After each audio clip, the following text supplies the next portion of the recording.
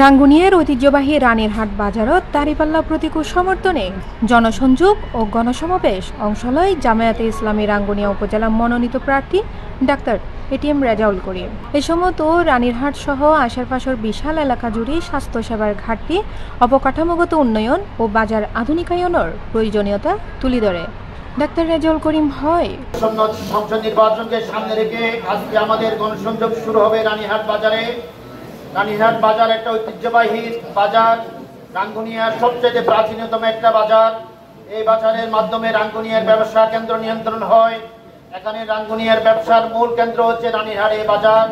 এই বাজারে আছেন আমরা ব্যবসায়ী ভাইদের সাথে আজকে গণসংযোগ করব এবং আমরা এই বাজারের এবং তথা এই রাজানগর এবং এই এলাকার ভাইদের সাথে আমরা গণসংযোগ করে এই এলাকার আজকে যে সমস্যাগুলো এগুলো আমরা আইডেন্টিফাই করব এবং আমরা ভবিষ্যতে এই সমস্যাগুলো যাতে আমরা সমাধান করতে পারি তা আমরা পদক্ষেপ নিব।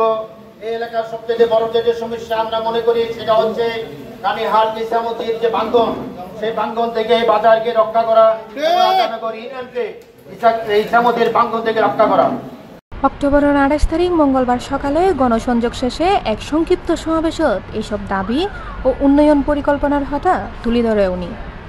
এর আগে রানীরহাট বাজারের প্রত্যেক গলি ও দোয়ানত ঘুরি ব্যবসায়ী, সাধারণ মানুষ ও স্থানীয় বিভিন্ন সংগঠনের পরে কুশল বিনিময় করে ডাক্তার এটিএম রেজাউল করিম।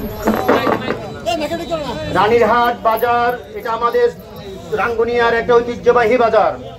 এটা রাঙ্গুনিয়ার ব্যবসার একটা কেন্দ্রস্থল। এখানে অনেকগুলো ব্যাংক, বিমা এবং অনেক কিছু ব্যবসার অনেক প্রাণ কেন্দ্র বলা যায় ব্যবসায়ীর। এটা এইখান থেকে আমাদের রাঙ্গুনিয়ার ব্যবসার চালিকা শক্তি এটা। এই সময় তার ফোয়ারে উপস্থিত আছেন জামায়াতে ইসলামী রাঙ্গামাটি জেলা আমির মাওলানা জাহাঙ্গীর আলম, সেক্রেটারি মনসুরুল হক, রাঙ্গুনিয়া উপজেলার আমির মাওলানা হাসান মুরাদ, ইসলামপুর ও রাজানগর ইউনিয়নের নির্বাচন পরিচালনা কমিটির আহ্বায়ক মাওলানা আহমদ নবী, সদস্য সচিব নুরুল আফসার মেম্বার সহ আরও পত্রিয়।